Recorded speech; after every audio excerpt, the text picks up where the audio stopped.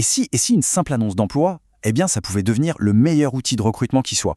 Surtout pour une petite entreprise, on sait que c'est un enjeu absolument stratégique d'attirer les meilleurs talents.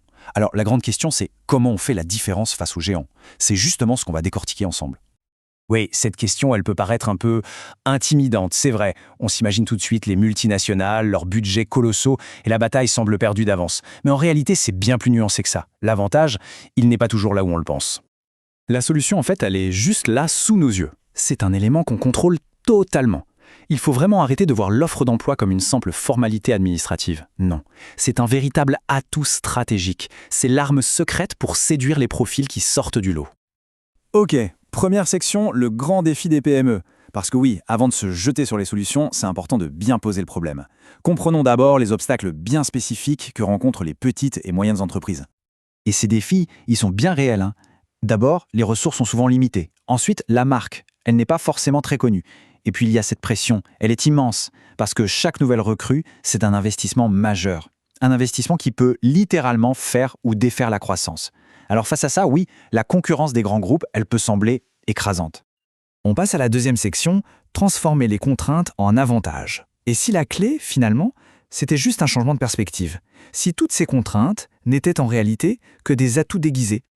C'est là que tout bascule. Pour une entreprise qui n'est pas encore sur tous les radars, cette annonce, c'est bien plus qu'une annonce. C'est sa carte de visite. Elle doit raconter une histoire, elle doit incarner des valeurs. L'objectif final, c'est quoi? C'est simple, donner envie de rencontrer l'équipe, bien avant même de parler du poste en lui-même. Et là, on touche à un paradoxe qui est assez fascinant. D'un côté, une grande structure, ça offre de la sécurité, c'est sûr, mais souvent au prix d'une certaine rigidité. De l'autre, une PME, qu'est-ce qu'elle propose? L'agilité, la proximité avec les dirigeants, et surtout cette chance incroyable de voir l'impact direct et concret de son travail. Et ça, aujourd'hui, ce sont des arguments qui pèsent très très lourd pour beaucoup de talents. Allez, on entre dans le concret. Troisième section, rédiger une offre irrésistible. Voyons maintenant comment on applique cette nouvelle mentalité pas à pas à la rédaction de l'offre. C'est vraiment là que la magie opère. Alors, pour construire une annonce qui soit vraiment magnétique, c'est simple. Il y a 4 piliers à suivre. Le titre, l'introduction, la mission et la culture. Du tout début jusqu'à la fin, chaque étape a son rôle bien précis pour capter l'attention et pour convaincre la perle rare.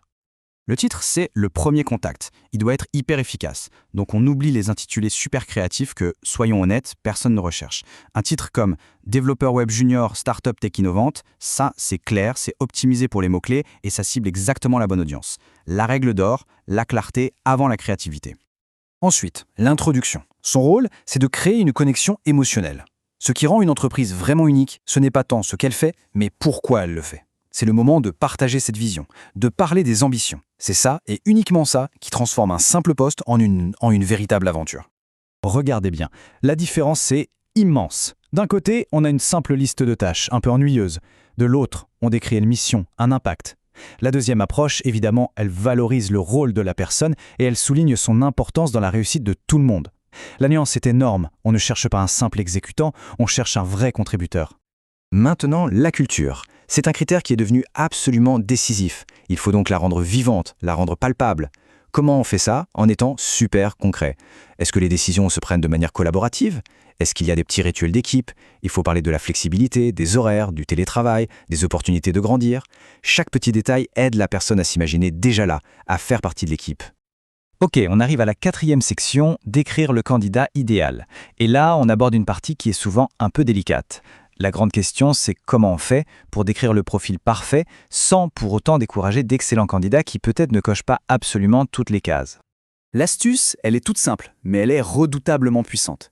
Il faut faire la différence entre les compétences qui sont indispensables, les must-have, et celles qui sont juste souhaitables, les nice-to-have.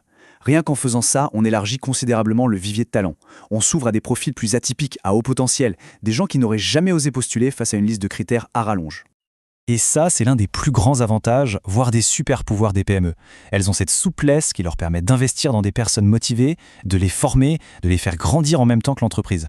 Mettre en avant cette ouverture d'esprit, ça peut vraiment attirer des talents qui seront particulièrement loyaux et reconnaissants. On termine avec la 5e et dernière section, jouer la carte de l'honnêteté. C'est un point absolument fondamental pour établir une relation de confiance dès le tout premier contact, la transparence. La fourchette de salaire, bien sûr. Les conditions de travail réelles, les différentes étapes du processus de recrutement. Être transparent sur tous ces points, ce n'est absolument pas une faiblesse, au contraire, c'est une force. Ça montre du respect pour le temps du candidat et ça positionne l'entreprise comme une organisation humaine et directe. En fait, aucun détail n'est à négliger. Ça va du café qui est offert jusqu'aux horaires flexibles. Chaque petit élément contribue à peindre le tableau global de ce que c'est de travailler ici. Et c'est vraiment la somme de tous ces détails qui, à la fin, fait toute la différence. Alors voilà la question à se poser. Est-ce que la prochaine offre d'emploi sera juste une annonce de plus, perdue dans la masse, ou est-ce que ce sera le véritable début d'une aventure? Parce qu'en appliquant ces principes, une offre d'emploi, ça cesse d'être une simple formalité. Ça devient le tout premier chapitre d'une collaboration réussie. Et ça, c'est un choix stratégique qui peut absolument tout changer.